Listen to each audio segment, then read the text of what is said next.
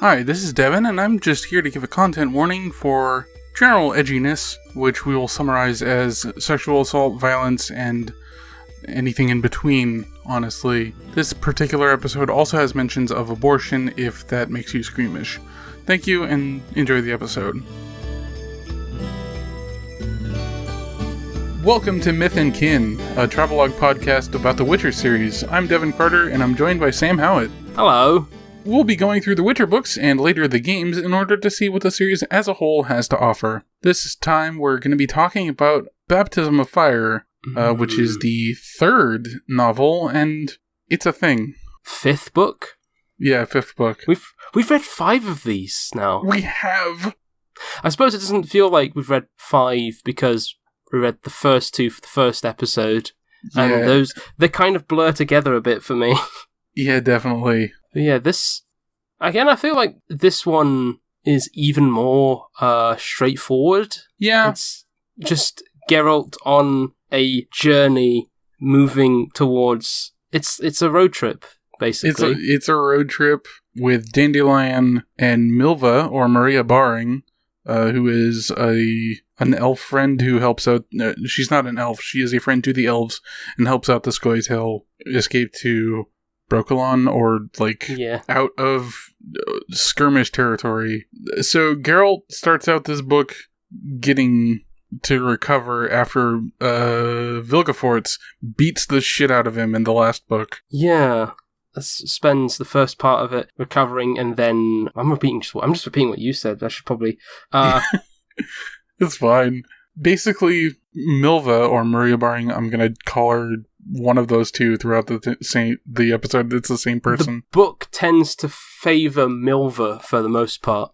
Yeah, so that's probably what I'm going to go with. Milva is, out in the world, so she gets information for Geralt about the ongoings-on of Nilfgaard, and of course she fucking is on the radar of Dijkstra, because I feel like this entire series so far has, the issue of making sure that you know that the spy organizations know what's going on, and also having them tell you that so they can refresh your memory on the last book. Yeah.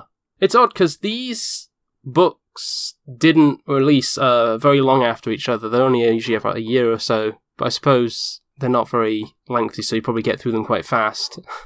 Yeah. Over the course of this podcast, I have read basically all of them in a single day or two. But yeah, it feels kind of like padding, and I just kind of skimmed those segments because it's a few pages, but it happens basically every book now. Yeah, the thing about Milva is she's really good with a bow. Yeah, it also goes on at length about how she likes a particular kind of bow in the very beginning. Yeah, particular kind of arrows as well. Yeah, and then a pretty lengthy. Can't remember if this is at the start or later on, but. Oh, it's broken up in pieces. A pretty lengthy description of her hunting a deer. Was it a deer? It was a deer. Yeah, it was a deer. With the bow and arrow. Kind of gruesome, in a way. Yeah, this book does get kind of gory. Yeah, I think we should... They all do. I think from now on we're probably going to have a general content warning. Just The Witcher is happening. Mm-hmm. Yeah, there's a long stretch where... as a framing device for explaining what's going on with Geralt and why he's going to Nilfgaard, basically. She's hunting in the woods, and her style of hunting is basically stay in place with her bow at the ready, if not pulled, for hours at a time, so she can get a shot on a deer, and she uses that time to think about all the dumb shit that Geralt said and did while he was in Brokilon. Well, she's introduced because her role initially is to find information for Geralt, what's been going on in the world. Yep. Because he's been stuck. Yeah, she's generally the broker between the dryads of Brokilon and, the outside world, so that they know more or less what's going on at any given time. The broker of Brokilon. Yeah, that's certainly... a name for her. Also, there's technically 2 plots going on with Ciri and Geralt, but basically Ciri Like, she shows up to break up the action when Geralt is in trouble, and she's just like, oh, prophetic dream, Geralt's in trouble. Yeah, there's not a lot of stuff for Ciri, except that it's just to establish that she's gotten really into the bandit lifestyle.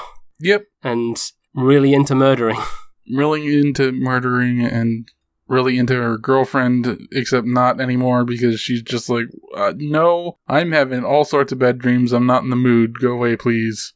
Yeah. So Geralt and Dandelion set off on their foolhardy journey. To find Ciri. Yeah, to find Ciri, because despite the news that Ciri has apparently been married to the Emir, he has had similarly prophetic visions in his dreams of her doing her bandit thing and dancing on a table. He's just like, well, that's not royalty.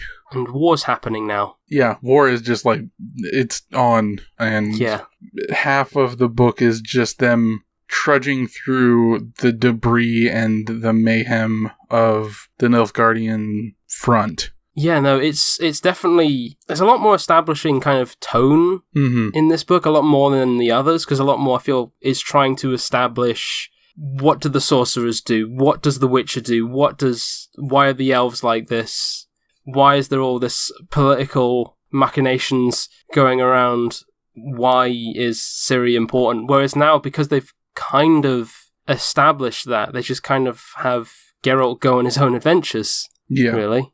I think this is like the first book where I really felt like Geralt was at all like super relevant to everything that was going on and not just kind of a bystander while major events happened around him, which is interesting. Yeah. After how much the games are like, oh, look at Geralt, he's a Geralt, and he's a good guy, and he's a Witcher, and he's cool, you want to be him. It's just like, we'll get to him.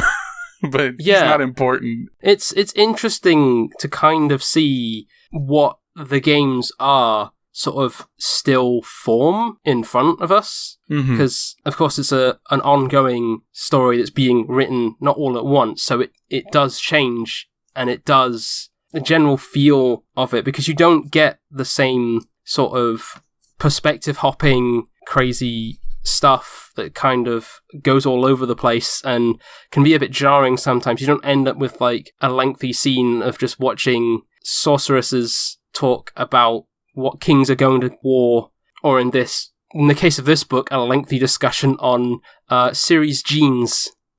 Yeah, there is like literal pages upon pages of explanation of how genetics works in relation to the quote-unquote elder blood, the handicare that is in Ciri. Yeah. As far as actually using fruit to try and establish a visual metaphor for it, but it's being written, so you're reading a description of someone trying to create a visual metaphor to explain this. Yes, it is kind of overwhelming. I have a screenshot of the text from that bit, and it's just like, I'm lost in the jungle of all this genetic genealogy. Yeah. It's really weirdly specific and drawn out. Also, this isn't like as upfront about it, but I feel like the misogyny got toned down a bit, obviously, but there's still little bits of it. Like, all the sorceresses that survived the Isle of Thanedd incident are basically invited back to form a new group that is explicitly apolitical and only concerned with the good of magic use and magic power, and it's all women. Yeah, there's none of the sorcerers, it's only the sorceresses. Yeah, so they're talking about politics and stuff, and a lot of it's just like, oh, we can't trust men with anything. And all I could think was, A, this is what Sapkowski thinks women get up to when he's not around, and B, I can't wait for this to go horribly wrong because it's going to. This is horrible foreshadowing for all of these women getting, like, suffering some horrible atrocity. Like, there's not a lot of it here, but, like, historic context from within the Witcher stories just brings out an anxiety. Yeah, and also, like, Yennefer got compressed into a jade figurine, which is fucked. Like, that's a fucked up thing to do to anyone, let alone someone you're trying to ally yourself with. Was it for 2 months? For like 2 months, yeah. Yeah. And then, but she immediately escapes the council when she's summoned. Well, not immediately, but like very quickly. Like, she's just like, huh, these are nice oysters. I'm gonna go to where these oysters are from and not here. And everyone else is just like, well, fuck, we had teleportation block, but she broke through it, I guess? And that, like, just happens. She beat their magic with magic. Yep. Fucking wizards. But, yeah, no. Geralt's journey is fun, except when it's really not, because it's war. Nobody's having fun. Yeah, basically what happens is they come across, like, an encampment. Or, no, not an encampment. They come across, like, a hawker. That's what they call him. Yeah. Who is waiting there for someone, and they end up killing the people he's waiting for, and him. And then they discover that he's carrying, like, a coffin, and inside it is the Black Rider that Ciri was terrified of, because turns out he failed, so he's being taken to the Emperor of Nilfgaard, and that's gonna be bad, but they let him free, even though Geralt wants to just stab him in the face. Yeah, well, the context for the Hawkers bit is that the people that were there were sent to kill the Hawkers and Cahir, the Black Rider, but because Geralt and Dandelion ended up there by mistake. Everyone ends up dead. Yeah. But they set Cahir free and then go, hey, don't follow us, idiot. And then he ends up doing so. And then Milva catches up to them and joins them. Yeah. And then they meet Zoltan Chevey's group. Yeah. Zoltan Chevey and a whole bunch of dwarves.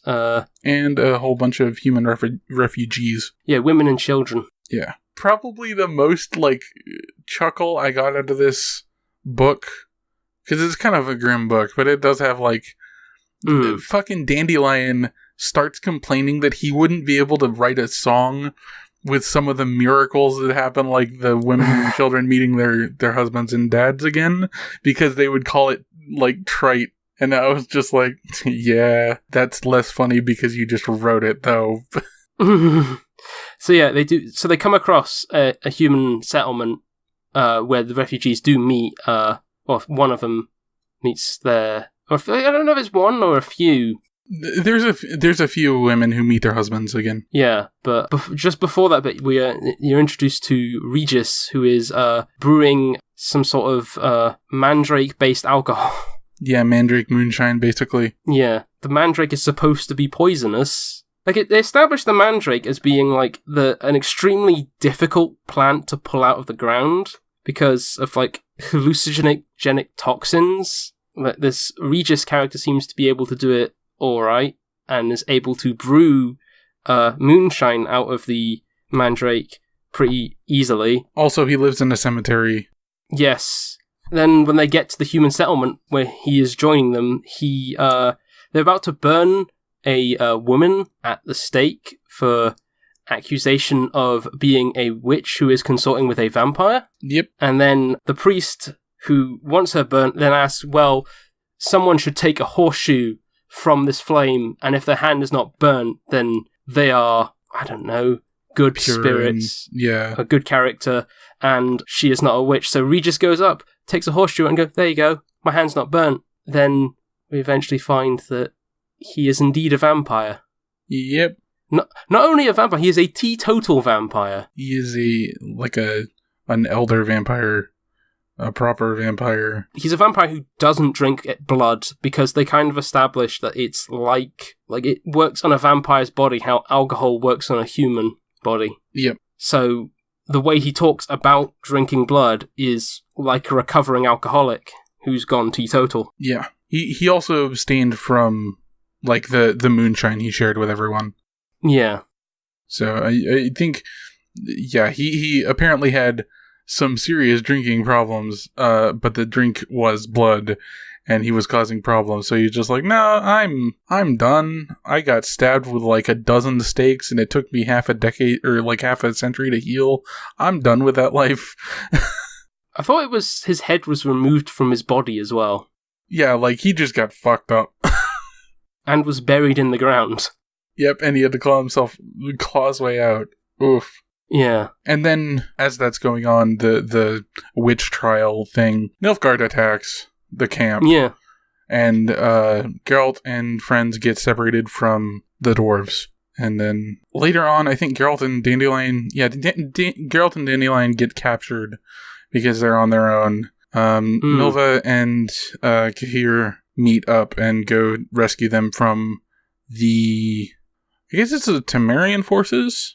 It's Temerian forces, but there's also some of the forces of Sintra, which is the kingdom that Ciri comes from that was decimated by Nilfgaard. Yeah. Kind of establishes that because a lot of the soldiers for Sintra were fighting with Temeria. Yeah. They a lot of them started deserting once they'd found out how Ciri was allegedly to wed Emir van Emrys of Nilfgaard.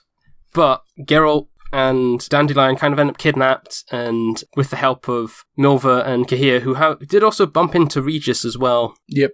And in the process, Dandelion gets shot in the head. It's a cut, but he gets shot in the head. Yeah, an arrow grazes his head, and Geralt puts a makeshift bandage on him, and of course Dandelion acts like the world's ending because he's Dandelion. Yeah. But once Regis bandages it, that's kind of when Geralt figures out he's a vampire. Yep, because he's just like, you've got good blood. And the girl's just like, what did you just say? And he's like, no, I mean, like, it's not infected. It's fine. I didn't say anything weird. I'm a doctor. Yeah, no. Oh my god. That just makes me think of the Scrubs joke, Dr. Acula. It's been a while since I thought of that. That's a good joke. So yeah, after that, Dandelion gets like a salve put on his head wound and he starts flaunting it like an idiot because he's Dandelion. And then they move on and eventually meet up with Zoltan again. Yeah, well, it's only a brief meeting, really. And then they part ways because despite Zoltan being really stubborn about not going back to the dwarf homeland after they meet back up, he's just like, no, we're heading for dwarven territory because I know that place and I know that place is not going to be overrun by Nilfgaard.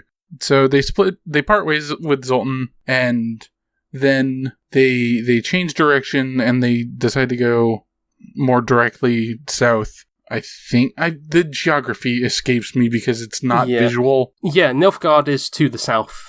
Yeah. But they were tracing a river. Yeah, this is what I remember of the geography of Witcher 3, is that the Nilfgaardians are pushing up north, because they are to the south of the other kingdoms. But yeah, they decide to, since they're not going with refugees and needing to worry about that anymore, they change direction. Zoltan gives Geralt his sword, which is cool. It's a good sword. It's a good sword. It cuts real good. And they go a different path. Let's just say that cardinal directions are useless when trying to recall this particular path they took. Previously, when they were with Zoltan's company, they kind of had to take a more winding path. Yeah, because they had women and children in a cart to worry about. All throughout this latter half are sprinkled bits of Geralt thinking about how there were signs of bad things that were happening, and it turns out Milva's pregnant. Yeah. With a half-elf. Ugh. Yeah, I don't know. It's a rough subject because they sort of discuss an abortion, or I assume is probably like because it's not explicit. Yeah, it's like, well, we have this option, and he's just like, she's not like showing yet. So, and I have this decoction that will solve this problem if she wants it. Yeah, that's the implication. Yeah, I feel none of them are, or at least like even the writer himself is kind of generally afraid to say the subject matter out loud and just mostly hint to it, but be really obvious with hinting. Yeah, it's kind of obliquely obvious. I don't want to say this because we're men and we're awkward about this. Oh, yeah. But, so, like, that happens. Dandelion's like, I don't fucking get it.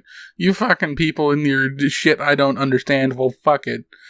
I'm going to sleep. And while they're having this discussion. And then she decides to not give up on the child. And then they reach the river that they wanted to cross. Yeah. And then they find a ferry. They get on the ferry after convincing the ferryman to let them on. And then they get caught between two armies. Yeah, they do. Because that ferry was supposed to be for... the Queen of Rivia. Yeah, the Queen of Rivia. For her escape from the Nilfgaardians. But then they end up against a whole bunch of sort of both sides of the armies. And eventually do kind of like cool down the Rivian side. Yeah, but not before being pelted with arrows from both. Yeah. At this point, Milva's pregnancy kind of, just a bit of a warning here. It becomes a miscarriage. Yep. That definitely happens in the midst of the battle. It's really uncomfortable to It's read. really uncomfortable to read and talk about. And it's just, that's not great.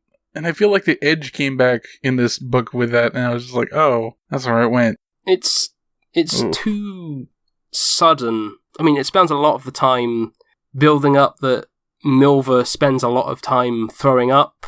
Yeah. Like she has something, but it's just all of a sudden to sort of take this kind of turn just feels kind of edgy for the sake of it. I mean, I don't think either of us are really qualified to discuss this subject matter in much depth, and I do apologize for that, but...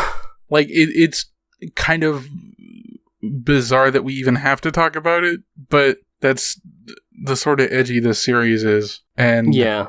Becky definitely called this medieval loss. Fuck. Because, like, it comes out of a bit of nowhere, and it's not appropriate. Yeah. I mean, not long after that, we have the moment of Geralt and Cahir kind of agree not to get in each other's way, kind of thing, but not be friendly. Yeah. And they're kind of cool on that a bit once they get to this point. And then straight after that, Cahir rallies the Rivian soldiers to take on the Nilfgaardians. Yep. And Geralt and Cahir both then just run into the thick of battle. Yep, they go full Dynasty Warriors. And then once this is over and Nilfgaard's pushed back, he ends up I really meeting... like this ending scene with the Queen. Yeah, no, this bit's great, where he meets the Queen of Rivia, and she... Like, Geralt, throughout the series, he has had the title Geralt of Rivia entirely because it sounded cool. And, like, respectable. And far enough away that random people wouldn't be able to, like, double check it, like, cross check his like status. Yeah, like that's just a name that Vesemir, his senior Witcher, just kind of gave to him because Geralt wanted a stupid, lengthy, fancy name. I'm going to pull open this fucking book and find it so we can read it out loud. Yeah. No, it's fucking way back. Oh, goddammit, whatever. He has this really goofy, like, 5-part name, and Dandelion makes fun of him, and then also Cahir for having a long name. But yeah, no, the Queen of Rivia knights Geralt. And winks at him. To be Geralt of Rivia. Yep, so... He's a proper Geralt of Rivia after this book. And she's just like, oh, Geralt, of nowhere, huh? I get you. And that was good. That was, like, the best thing that has happened in this book. It was just like, okay, that's cute. Yeah, so, I mean, we didn't talk much about Ciri. I mean, there's not much to talk about. Like, we pretty much laid out her entire arc in this book is just like, oh yeah, she got used to killing. Because, it feels like, because it's spread out more, it feels like there's more Ciri than there actually is, like, if that makes sense. Yeah. But it's mostly just her dancing on a table with the rats or her murdering a few folks and having bad dreams. It's not a lot actually goes on, but it's well written because it's not just like, here's what's happening with Ciri. It's very, I'm trying to think of the word. It transitions well from Geralt to Ciri because, like I mentioned, like they're kind of both having prophetic dreams about each other because destiny. So when the Nilfgaard attacks the camp and Geralt is in like trouble, Ciri basically bolts upright awake. She's like, "Oh fuck, that's not good." And then you have a little segment with her. And then when that little segment is done, you go back to Geralt. And it works out. But yeah, she has very few notable actions in this book. I don't know. There was also the bit of framing where apparently the entire story was being told by this old man in the village. That just like, is it randomly at the start of a chapter? Yeah, it's like chapter 5 or something. It's just like, no, it's chapter 6 because it's the last one. And it's just like, oh yeah, we're going to focus on Geralt this time. Yeah, it's an odd thing that just kind of comes out of nowhere where it's just, tell us the story of Geralt. Yeah. And just a long bit of like, well, your parents don't like if I make you stay up too late. That's about it. Yeah, that's Baptism of Fire. Yeah, which doesn't have an or the at the beginning. It's just Baptism of Fire. Yes. And that's like a more normal like phrase for us, so like we get it. It's not the Sword of Destiny, which I still kind of weird. They get a bit cute, like I always do with the titles, like Blood of Elves, meaning literal blood of elves, and Ciri's blood, and is it Time of Contempt or Times of Contempt? Time of Contempt. Time of Contempt. They kind of say that, like, oh, it's Time of Contempt now. And, like, I suppose, like, this story is Geralt's baptism of fire. There are almost literal baptisms of fire. Yep. Within the book, there's a lot of that. Yeah, like, the entire thing with Regis and the horseshoe. That's a form of a baptism of fire, and yeah, I feel like at some point this became like, how many different versions of a baptism of fire can I put in this book and still have it make sense? Yeah. It feels a little overdone. Yeah, and I want, like, again, things like this, because, like, the phrase baptism of fire shows up a lot, and I don't know whether that's the fault of the translation or not. I don't know either. Like, specific language things, you never know who to blame for it, because I can't read Polish. Yeah. I'm not learning Polish for the sake of just this podcast. No, I can't ask you to do that. So, the next book we're going to be covering, well, I guess we have a single question. Yeah, we got a question. It's a bad question. Sorry. Tris or Yen? Well, I'm going to speak on the context. Yennefer's more of a character so far, really. Yeah. I would also say that, like, Tris dotes on Geralt and saved his ass, but Yennefer has had any time to grow a personality outside of that. I will say, I think maybe a lot of people who've kind of played the games know Tris a lot better than Yennefer, because Tris has more focus in the games. Because Yennefer doesn't show up until the third one, but Tris gets a lot more time to develop as a character in the games than she does in the books. She shows up at the start of the first one. Like, you have to brew her a potion so she feels better. Yeah. This question is flawed, though, because it presumes that Geralt matters when Ciri is the real MVP of this story.